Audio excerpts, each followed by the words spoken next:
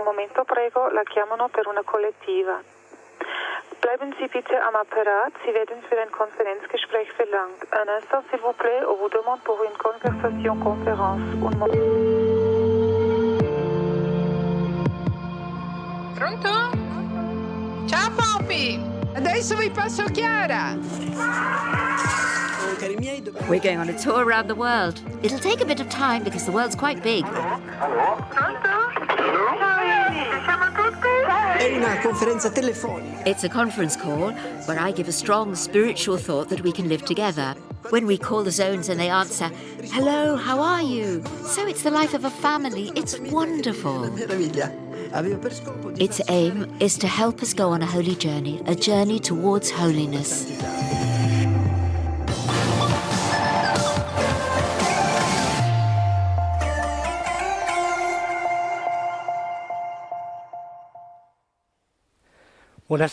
Good evening and welcome. My name is Javier Rubio. In the Focolare movement, I've always worked for the magazines for over 35 years. First in Madrid, then in Montevideo, and now back in Madrid. On the last two stages of our journey together, we focused on how to be a family, and then on taking care of ourselves, of others, and of nature. Do you remember these pathways we are on? Dare to Care was put forward by the young people and focuses, of course, on caring. Today, we'll go on one step further along this path. We'll understand it better at the end, but for now, keep in mind the word together. I say it again, together. Let's start with the young people, the gentry from Austria, and their eco-friendly contribution. Vediamo il servizio.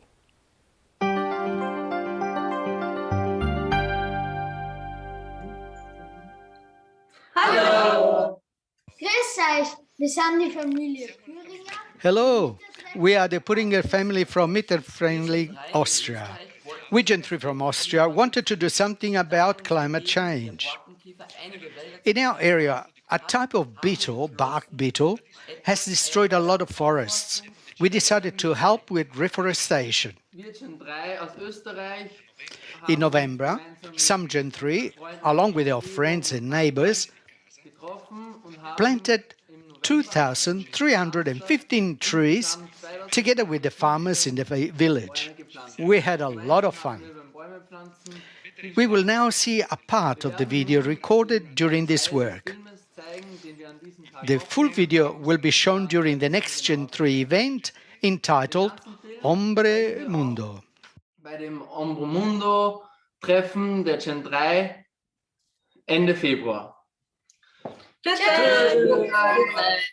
Hi, we are the Gen 3 from Austria, and we would like to present to you some of our latest projects. For example, as you cannot see, this group today has planted over 700 trees to save the environment, and together we can do better.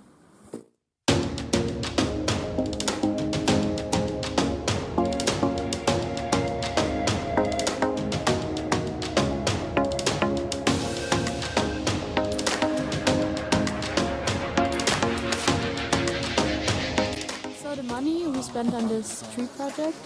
We collected it from the Focolare tournament in Vienna. So the theme was fair play against climate change, and there were about 120 players and 100 helpers. And from the money we collected there, we bought 1,500 trees, which we are planting today.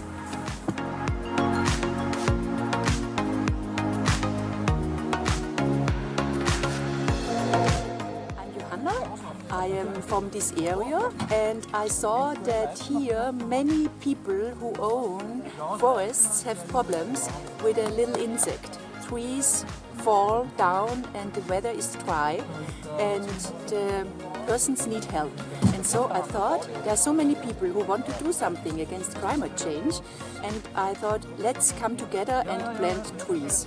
I organized it. I'm very happy because people really like it. People really like to work together, to cooperate. And that is a new feeling we really need and we all appreciate. I think it's going really good. Yes. I like it.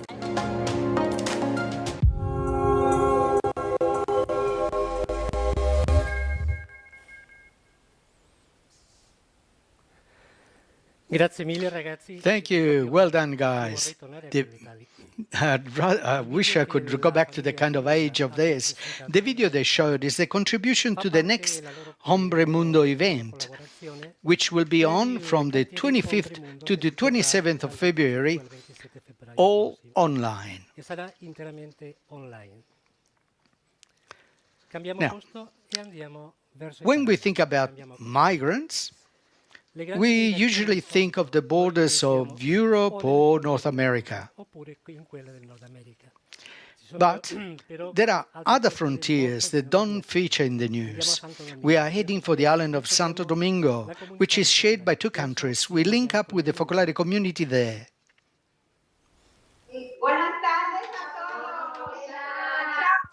Buenas tardes, Santo Domingo. Qué bien que se han podido conectar.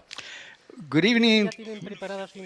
It's so nice to be able to connect with you.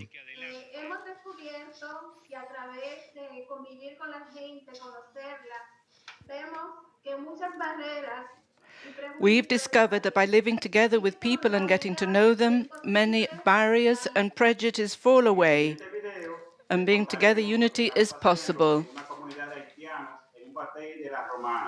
Ciao. Ciao.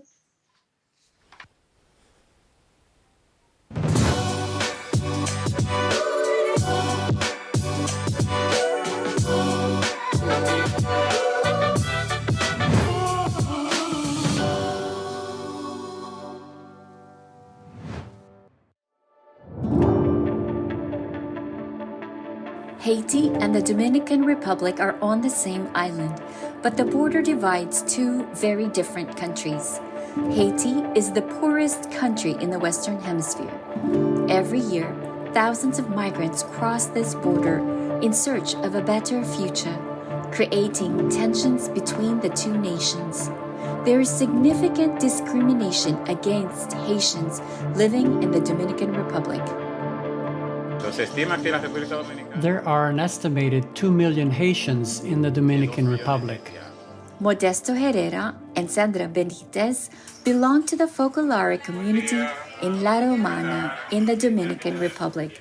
A priest invited them to meet some Haitians who live in the nearby village of Bate Cacata. When we were invited to visit, we were very glad but also apprehensive. I personally had never visited the place. I pictured it as an isolated, remote village. There was also the problem of language. They speak Creole, and we don't.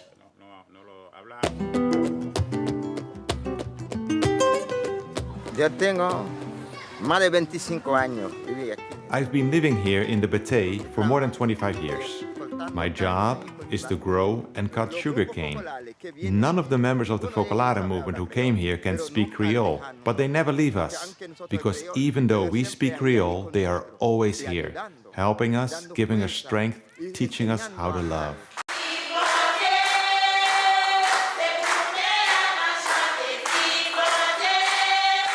Nos sentimos llamados allí, principalmente. We felt called to be there, and we decided, together with the community, to put our efforts and strength into helping them. And so, little by little, various projects sprang up according to the needs we saw, including a workshop for young people.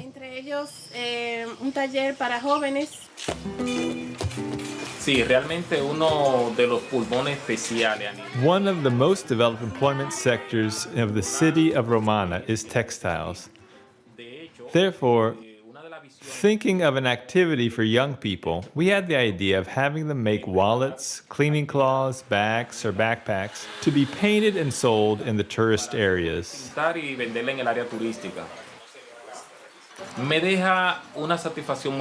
It gives me great satisfaction because you don't really come on earth to make economic wealth. You come to leave a legacy and productivity so that those who are growing up will also benefit. And the word says to give freely what I have received freely. And it gives me great satisfaction when I see a young person who doesn't waste his youth, but is a productive young person who takes advantage of his life by doing something productive.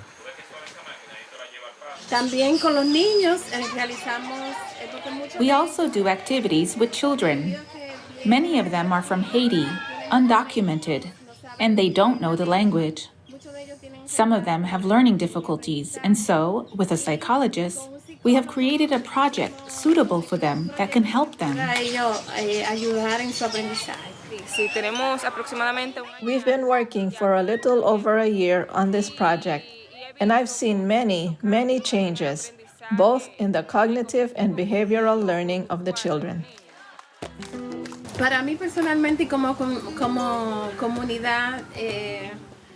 Personally, and as a community, it is a very beautiful experience, an experience of life, of concrete love. We could say that there are many political problems between the two countries, Haiti and the Dominican Republic. But as far as the people are concerned, it's really a different reality. It's a brotherly relationship between the two countries, and we both try to get to know each other. I could tell you that there is such a great relationship between us. They learn from us, but we also learn from them.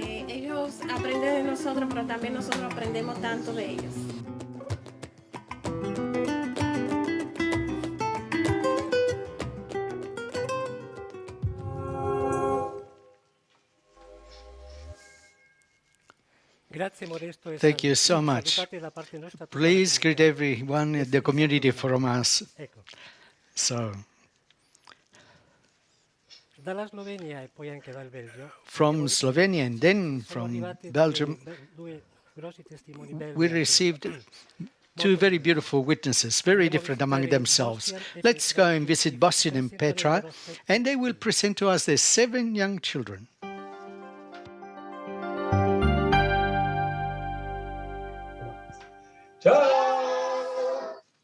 Ciao! Hello, everyone. We are a Kempt family from Slovenia. We are Bastian and Petra and our children.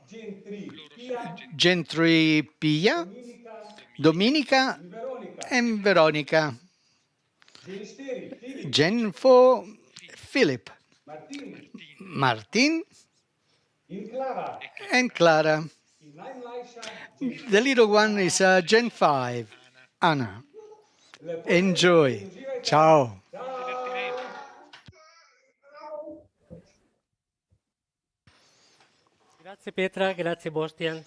Thank you, Bastian. Thank you, Petra. Your beautiful children are amazing. Thank you. And now let's go tiptoeing into Elizabeth's house, in the home of Elizabeth and Valerio. They tell us about the gift that the birth Leonardo was for them.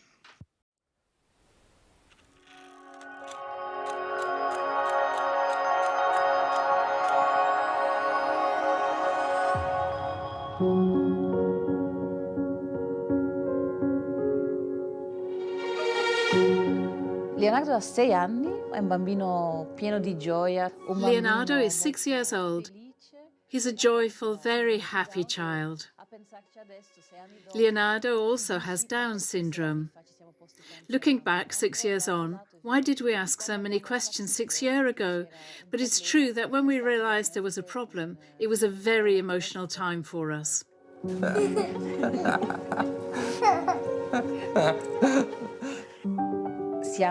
We are Valerio and Elizabeth. We met at the Sofia University Institute in Lopiano and then came to Belgium together. We've been together for 13 years and married for 8. And we have 2 children, Leonardo and Marta. Leonardo loves playing with cars. He likes to draw, and he's recently joined the Scouts. So he's very busy. He has lots of friends at school, and that is really good. He's also a very sensitive child. Occhiali. Ci sono anche dei momenti in cui naturalmente... There are times when, like all children, he can be a bit sad. But he has an incredible ability to move on from a difficult moment by making a face or playing a little game. Stout. Bravo!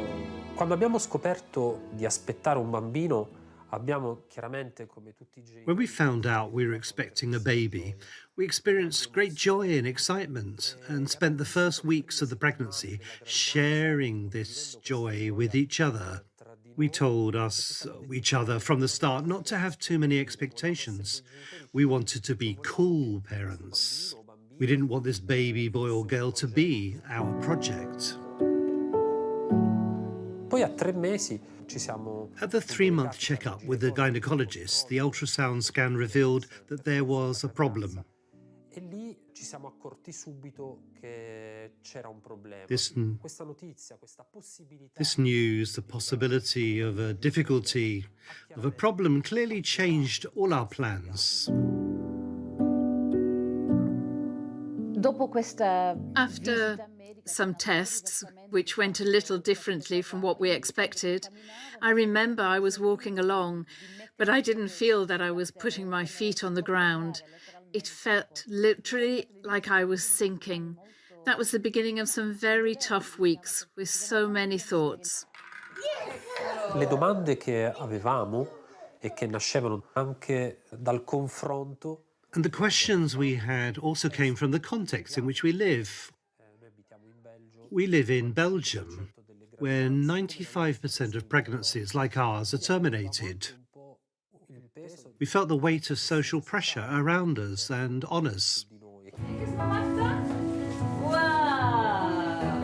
We both felt it was important to listen to each other fully, which meant really allowing the other person to be able to say all that they felt, even the most uncomfortable questions, the most difficult questions. In quelle settimane sentivo che stavamo... In those weeks, I felt that we were really, I'd say now, living our marriage. I remember a key moment one day when I went straight to church. When I got there, I said to Jesus, "Look, I'm not asking you for this child to be well. I asked him for the strength to be able to say yes, to be able to accept the situation that we were facing and would have to live with. It wasn't a magic wand, but the leap into the void I took then with faith gave me the strength to say yes, gave me peace, which I also felt enveloped us as a couple." Durante questo periodo anche di... During this period of deep dialogue between us, we felt our desire to welcome Leonardo into our family. Once the choice was clear to us, we also felt that we wanted to get busy, like other parents, deciding the type of buggy and which cot to buy. We decided to write a letter to our friends and family explaining our journey, so to speak, and the difficulties we'd had, but also the choice we had made, because sooner or later we would have to talk about it. De mol.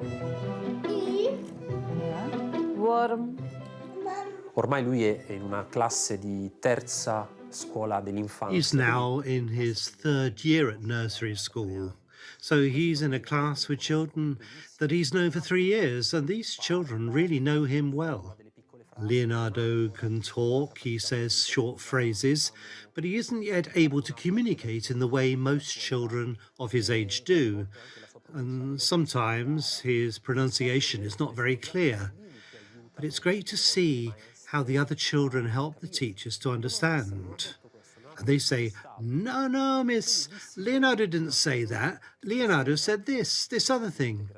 And there we can see what integration is all about and the enrichment that he can be for the others.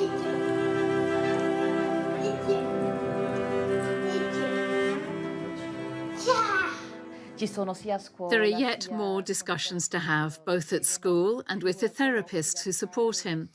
And we're a bit uncertain about the future, but it's also true that we realize he helps us to live in the present moment, in the sense that today he's like this and today is fine. Tomorrow we'll see. And this applies, I think, to everything and everyone. So in 10 years' time, we'll see the present situation of that time and we'll understand what to do.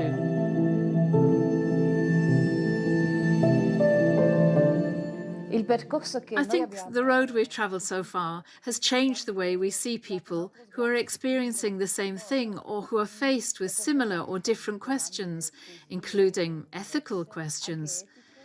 It's also given us a greater understanding, knowing how difficult it can be, how dark some moments can be. Looking back on these 6 years with Leonardo, I think one word, a phrase that sums it all up is to say thank you to him. There's a lot of wisdom in simplicity, in things that are obvious to him, and this helps us a lot.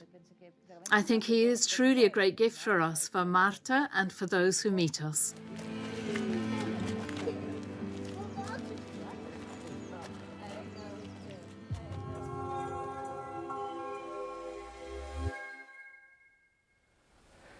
I must say that I was really moved. Thank you, Elizabeth. Thank you, Valeria. And a big kiss to Leonardo and Marta as well. The next stop on our journey is Africa. The power of nature sometimes breaks out and causes destruction and suffering. This is happening in the South Pacific, near Tonga. It happened in La Palma, in the Canary Islands.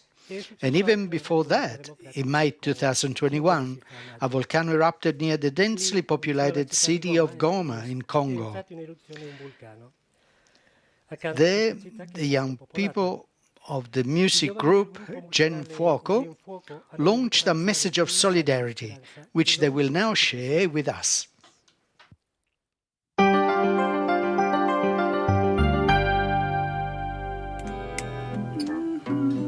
Nous sommes tous liés, car tout est lié. Ce qui te brise le cœur finit par me briser.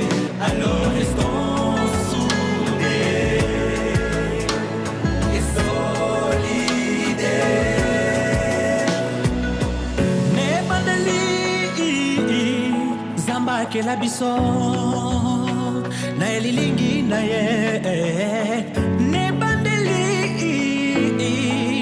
Zamba ke la biso na elilingi na ye mitema na biso moko mabanzo na biso moko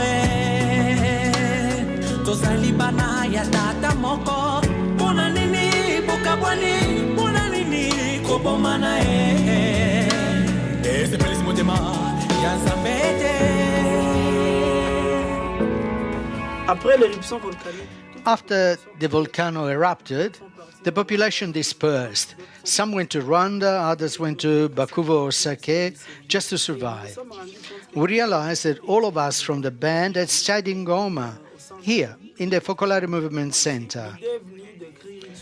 We came up with the idea of composing a song to send a message of solidarity, to raise awareness among the people. Despite the difficulties we were experiencing at the time, we had something that united us: solidarity, love. Thank you. This song was written in less than 24 hours, and we recorded it straight away. When the song was finished, we called the director the next day. Together with him, we chose to shoot the video clips live, directly on the places affected by the lava. The lava was still hot. We were able to do something to appeal for solidarity and also to tell the people that we must help each other, that it was time to act concretely with acts of love, even small ones. Once the song was finished, in a few hours we uploaded it to YouTube and local channels. That's how the message spread more widely via the internet and through local radio and television stations. Thank you for all you have done, for your messages of support.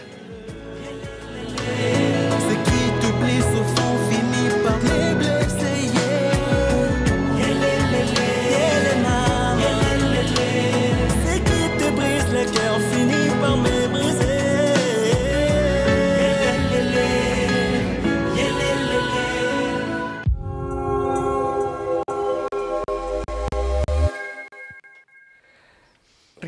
Many thanks to Jean-Paul, Crisson, John, and Henokalala for what you did, and also for the beautiful music you gave us. You are great.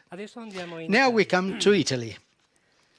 From initial ideas about sharing, a bond of solidarity with Beirut began that has built a bridge between Italy and Lebanon. Let's watch the report.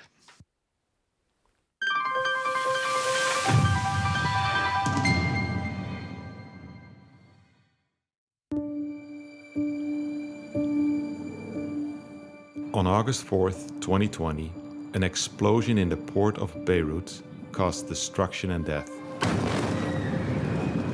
worsening the situation in which the Lebanese people were already living due to the political, social, financial and economic crisis. It all started seeing the suffering in Lebanon, a country that has been in crisis for years. On top of the deprivation the Lebanese people have been experiencing, there has also been a shortage of medicine, making it impossible for many people to continue their regular treatments. This adventure began in 1999 with my friendship with Danielle, a Lebanese girl who was a guest in my house for a year and who became part of my family. I was in a meeting at work, and we had just been told that for several months we would receive only half our salaries.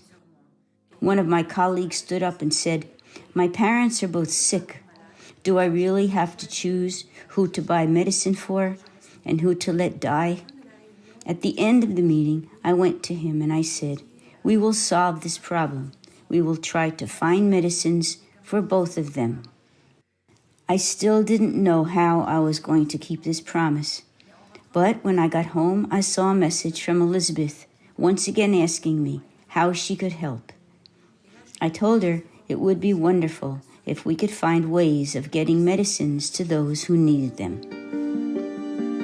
A quel punto mi sono adoperata e ho trovato sia i finanziamenti che le medicine. At that point, I got to work and found the funding, the medicines, and also how to send them, by putting them in a small package in the suitcase of a person going to Beirut.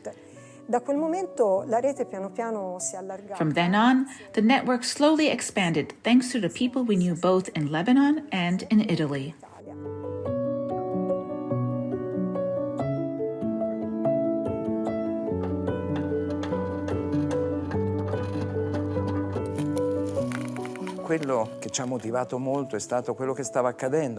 What motivated us was all that was going on in the neighborhoods in Beirut, where associations that have been dealing with chronic patients for a long time and groups of volunteers started taking a census of people suffering from chronic pathologies and drawing up lists of the active ingredients in the medicines we were receiving.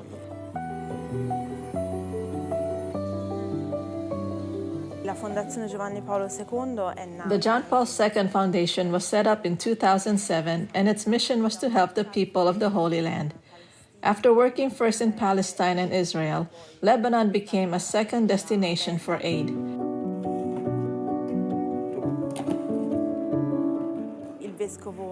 Bishop Cesar Isaiah, the bishop of the Latin Rite Catholics in Beirut, appealed both to the Focolare movement and the John Paul II Foundation, and this gave us the opportunity to work together. The foundation was more concerned with finding and buying powdered milk, while the Focolare movement took care of the medicines. But it was a fantastic collaborative effort. To date, the project, A Bridge for Lebanon, has collected more than a ton of medicines and 5,300 packages of powdered milk, equivalent to about 4,000 kilograms.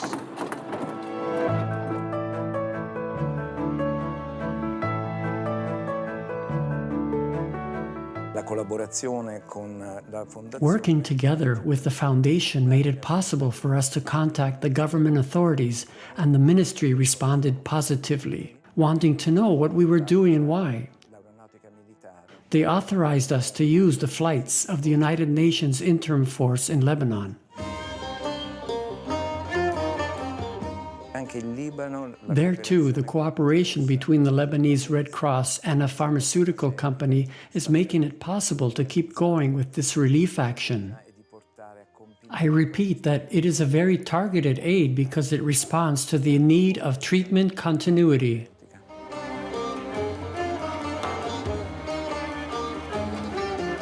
It's like when you throw a stone into a pool of water and it creates waves that spread out further and further. We started with a very small project and just a few people, and now it's spreading both in Lebanon and in Italy, where we receive medicines from, north to south. What is being built is a real sense of family that is growing every day.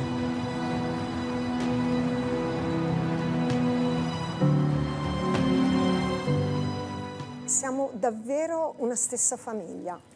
È proprio questa l'esperienza che stiamo facendo, l'essere famiglia. We really are one family. This is the experience we are having, being a family without considering creed or class, their economic or cultural level, or political affiliation. There is none of that. There is only the family, the human family. There's one last thing we wanted to tell you. As you may know, when medicines are 1 year from their expiry date, the companies that sell them wholesale send them to be incinerated. This grassroots initiative has enabled us to make up for the waste that the rules of the economic game dictate today. We hope that this grassroots initiative will help to change the rules of the economic game in our country and elsewhere.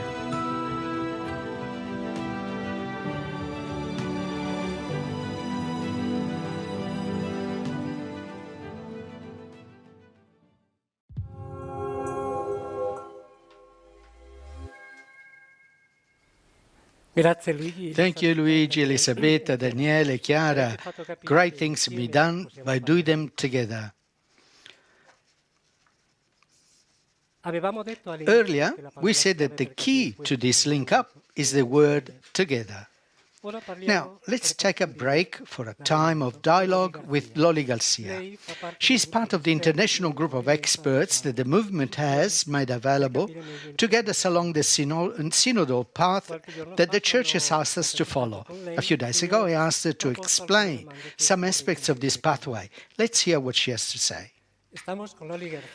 I'm here with Loli Garcia, who will tell us something about the upcoming synod. Good afternoon, Loli. Look, the word synodality isn't even in the dictionary. Can you explain what it means? The word synod, synodality, might bring to mind a group of bishops meeting together. But the deeper meaning of the word, which is of Greek origin, expresses the fact that all the people of God, all the members of God's people, journey together. So there are three key words that we're trying to emphasize at the moment: the words journey, together, and all. Why do you think Pope Francis has convened this synod? Do you think synodality is such a big priority? The theme of synodality isn't a new fashion, but it's a fruit and a practical application of the Second Vatican Council. At that time, it was stressed that the Church is the people of God, in which all its members, by virtue of their baptism, have equal dignity. But there's another aspect, which is to show that the Church, as the people of God, journeys with the rest of the human family. We're living in a historical context marked by the pandemic, in which journeying together is not an optional extra. All of us must strive to build the common good. An African proverb says, if you want to go fast, go alone, but if you want to go far, go together, go with others. I believe that through this synod, the Pope wants to clarify, to underline the fact that we must walk together with the perspective of universal fraternity. All of us, as members of the movement, are invited to contribute at diocesan and parish level. But I personally am not active in the diocese or the parish. Does this involve me? How can I contribute? Of course you're involved, Javier. And why is that? Because it's a question of establishing a style, a way of living. It's all about being able to listen, listening attentively and humbly. We need to put ourselves in front of others, knowing that we can always learn. At the same time, this means speaking honestly, frankly, and courageously, as the Pope told us in Loppiano when he came.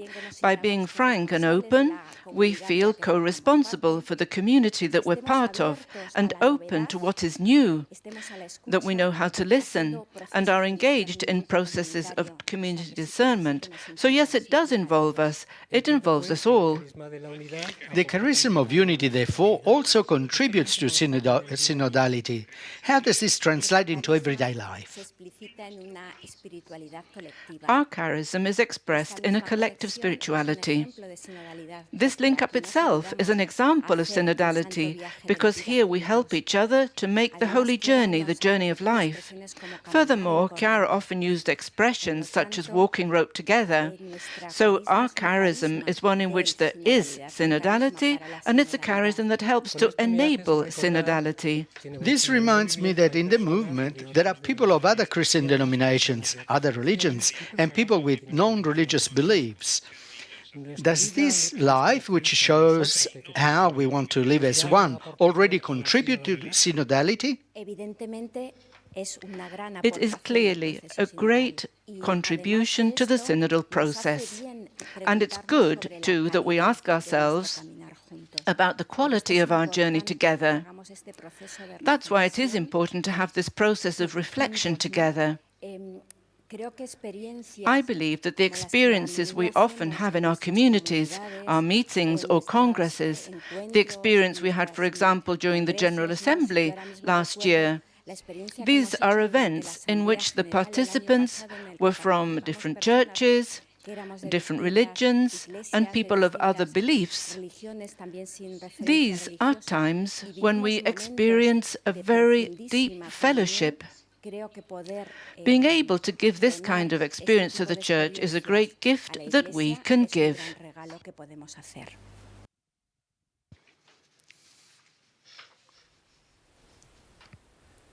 Thank you, Loli. I was challenged by your remark. It's good to ask ourselves about the quality of a journey together. What sort of quality are we talking about? Well, we found this text from Chiara herself that seems to answer this very question.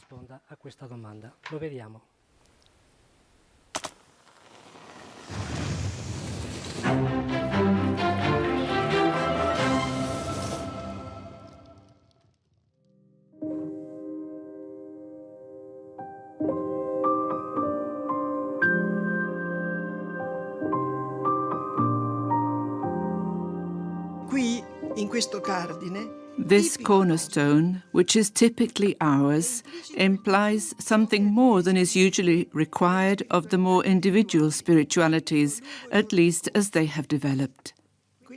The something more, as we know, is reciprocity and unity. Unity. What is unity? Is it possible to achieve unity? Unity is what God wants from us. Unity is the fulfillment of Jesus' prayer. May they all be one, as you, Father, are in me, and I in you, that they also may be in us. But unity cannot be achieved through our own efforts. It can be achieved only through a special grace, which the Father grants if He finds us prepared in accordance with a precise and necessary requirement. It is mutual love, put into practice as Jesus commanded. His mutual love, what He wants of us. It's not, as we know, simply spiritual friendship, agreement, or mutual understanding. It means loving one another as He loved us, to the point of forsakenness, to the point of complete material and spiritual detachment from people and from things, so that we can make ourselves one reciprocally and perfectly. By doing so, we will have done our part and fulfill the conditions for receiving the grace of unity, which will not be missing, which must not be missing. We must remember that there is an added grace in our communitarian spirituality, that heaven can open up for us in every moment. If we do what our spirituality asks of us, we'll be filled with this grace and we can do much, very much for the kingdom of God. During the next month, let's make every effort to obtain this gift always. And let's not seek it only for our own happiness, but to carry out our characteristic evangelization. You know it, that they may be one, so that the world may believe. The world needs faith, it needs to believe, and we are all called to evangelize. May whoever observes two or more of us united, in the focolares, in the nuclei, in the units, in our meetings, or because we're together for any reason, be struck by a ray of our faith and believe. May they believe in love because they've seen it. Let's do this. It's what the Lord wants from us. He wants it through our charism, which has been engraved in our statutes. Unity is the premise that comes before every other will of God. Then we can also speak in order to spread the gospel, but afterwards.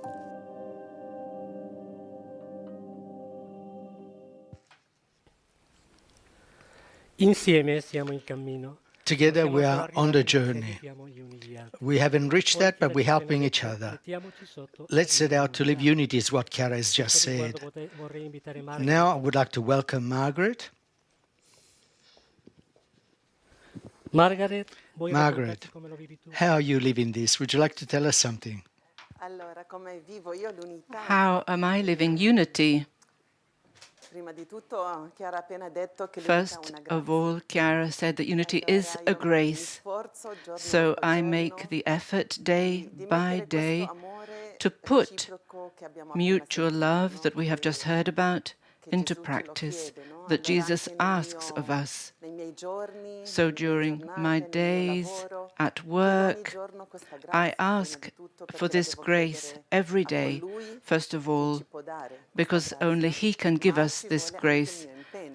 I ask Him for it, but I need my commitment, so I try to commit myself in whatever I'm doing during the day, whether I'm meeting people, meeting the council, visiting somebody. And I try to set out to listen, first of all, to think, what is it that the person would like to ask me without me putting any brakes or obstacles to it? So it's not easy because there's always a temptation to answer, to decide, because work also calls for many different things, so you want to finish something. But in my experience during these months, I've seen that it's really good, it's beautiful, maybe sometimes to allow ourselves to be wounded by the others, to let the other person, that enters into you all that the other person wants to say, but in transparency and truth. Because for me, and I discover this every day, and now listening to Chiara, that unity isn't just a friendship, nor is it a spiritual friendship. It struck me very much now, listening to Chiara. I feel this need, this commitment that I would like to take on more and more in my life, that I wish for the whole Focolare movement, that it's not only to reach an agreement, to be together. This isn't enough. Not even that is enough. It's something more. It's more. So this something more calls for sacrifice, pain, but also joy. It gives joy. What I experience very often when I meet someone or meet more people together, that even if I had an idea and I was convinced about that idea, I'd already worked on it perhaps with others, and then along comes the council and then people say different things. So It's true then that more time is needed, more patience. Things are not decided immediately, but I've seen the joy of being able to go ahead together, to journey together. And this is what builds the movement more. It enriches, because I, on my own, don't have the truth. Nobody has the truth, but together we can seek to build up this unity, which is Jesus. Unity is Jesus, which is truth. He's truth. And I think that this enables us to collaborate also for this synodal journey. It's true that it's our specific aim is unity, but we have to live it. We have to live it first before being a contribution to the church, whether it's the local church, but also the church all over the world, everybody, including everyone. Then, listening to the link-up, I was moved hearing these experiences, these positive experiences that are happening all over the world, and I want to take advantage of the opportunity to thank each of you who has given your testimony, who've dared to care, who've wanted to take care, whether of their own children or of nature or of relationships, to help a country where there's suffering. So for me, that too, daring to care so as to live unity better. And if I want to say that I'm living right now, the last time we saw each other at the link-up in November, 2 months have gone by. In these 2 months, apart from all the beautiful things that have happened in the Focolare movement all over the world, we also suffered because of many people who died. Frederique, who was one of our counselors here at the center, Palmira, one of the very first Focolarine, who left us, and who during all these months, this year that's gone by, was a true sister to me. She accompanied me on my journey. And then Michel Van der Len died, our brother, who gave such a huge contribution to the movement all over the world. Other Focolarini died, many Focolarini, men and women, in the recent times. Adele and Cosimo, Jen, Maria Chiara died yesterday. Priests have died, volunteers have died. So I can't mention all the people who've died in these last 2 months, but there are truly a great many of them. And I said to myself, listening to the link-up, they have finished, at least in our own eyes, they've finished their holy journey, their earthly journey. They're not here anymore. They've left, all of them left a great emptiness and great pain, the pain of detachment. But I thought to myself, but they are with us. They've finished their journey, but they're still accompanying us on our journey. And I want to count on this, because there is this faith too, this certainty that they are with us. They're still building this movement, this kingdom of God, together with us. So we are grateful to all of them, and we really count on their help even more. So this isn't ending on this earth, but we're still journeying together right until eternity, right to eternity. Let's hope that they will help us also in this unity, this true unity, that we can live more and better. Thank you. Thank you so much. Really take this as something precious to take with each one of us.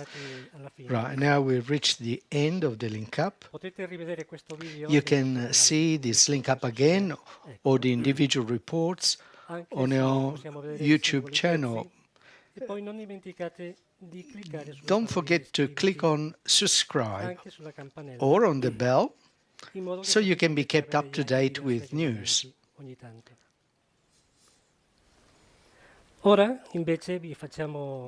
Now, take note of these appointments. I need to read them there since there's the already spoke about Hombre Mundo and then a very interesting gathering, the Second Vatican Council and the Charism of Unity of Chiara Lubich from the 11th to the 12th of March. And then the next link up will be on the 26th of March at 12 hours, 12 Italian time. So now we conclude with a commemorating video that speaks of itself on living peace. But before I end up, let me greet everyone in Spanish. Buenas noches, buenas noites, bona nit, Gabon. A presto.